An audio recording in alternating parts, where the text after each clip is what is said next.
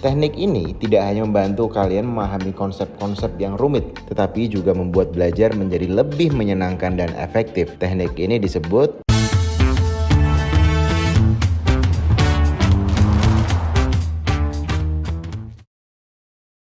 Halo semuanya, hari ini saya ingin berbagi dengan kalian sebuah teknik belajar yang sangat sederhana tapi sangat luar biasa. Teknik ini dinamai dari seorang fisikawan jenius bernama Richard Feynman. Teknik ini tidak hanya membantu kalian memahami konsep-konsep yang rumit, tetapi juga membuat belajar menjadi lebih menyenangkan dan efektif. Teknik ini disebut The Feynman Techniques. Mari kita mulai.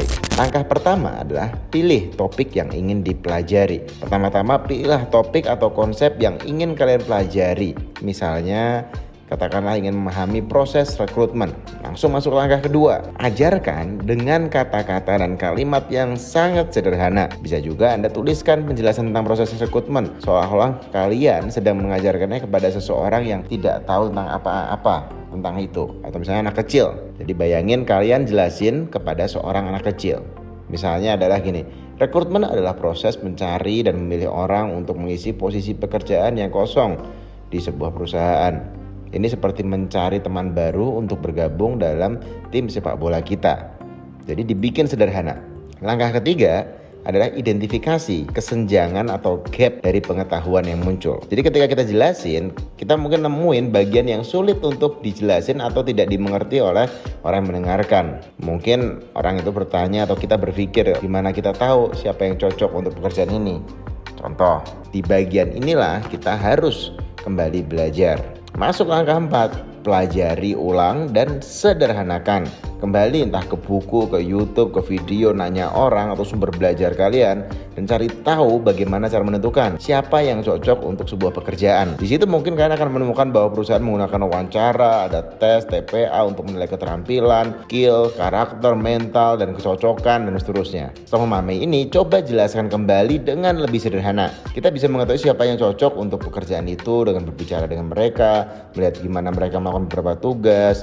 Ini seperti mengajak calon teman bermain sepak bola bersama kita dan melihat apakah mereka bagus dalam bermain atau enggak. Langkah terakhir, langkah kelima, ulangi dan koreksi. Teruslah mengulang dan memperbaiki penjelasan kalian sampai kalian bisa menjelaskan konsep itu dengan mudah dan lancar. Setiap kalian menemukan bagian yang sulit, kembali lagi ke langkah sebelumnya.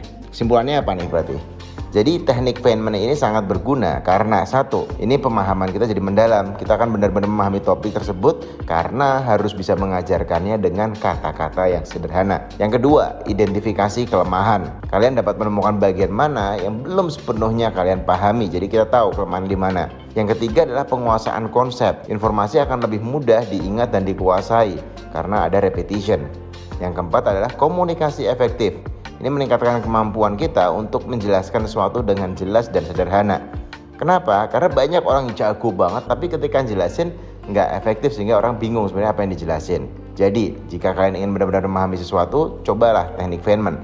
Pilih topik, ajarkan dengan kata-kata sederhana, identifikasi gap pengetahuan, pelajari ulang dan ulangi prosesnya. Kalian akan terkejut dengan betapa efektifnya teknik ini. Thank you for listening dan selamat belajar dengan teknik Feynman.